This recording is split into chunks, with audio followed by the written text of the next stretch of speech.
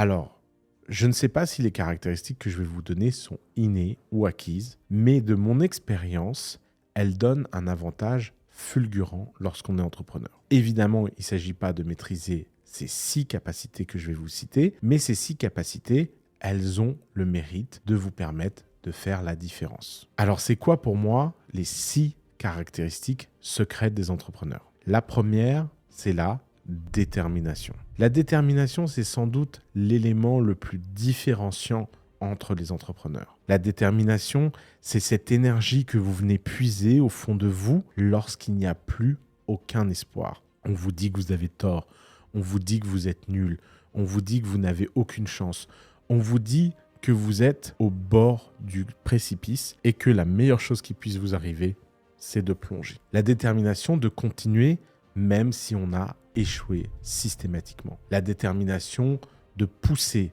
à bout sa volonté, son esprit, être sûr qu'on a quelque chose en soi qui est la mère de toutes les qualités, à savoir le courage. Il y a un lien entre le courage et la détermination.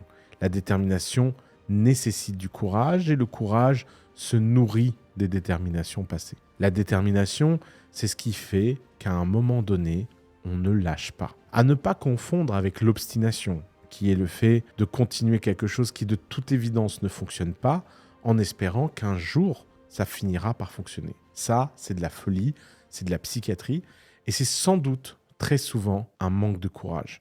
Le manque de courage de reconnaître l'échec, de reconnaître la capacité à se dire qu'on s'est trompé. Et ça donne la deuxième caractéristique très commune entre tous les entrepreneurs. Cette caractéristique, c'est la flexibilité mentale. Qu'est-ce que c'est la flexibilité mentale? C'est la capacité à changer d'opinion, changer d'avis, changer de méthode.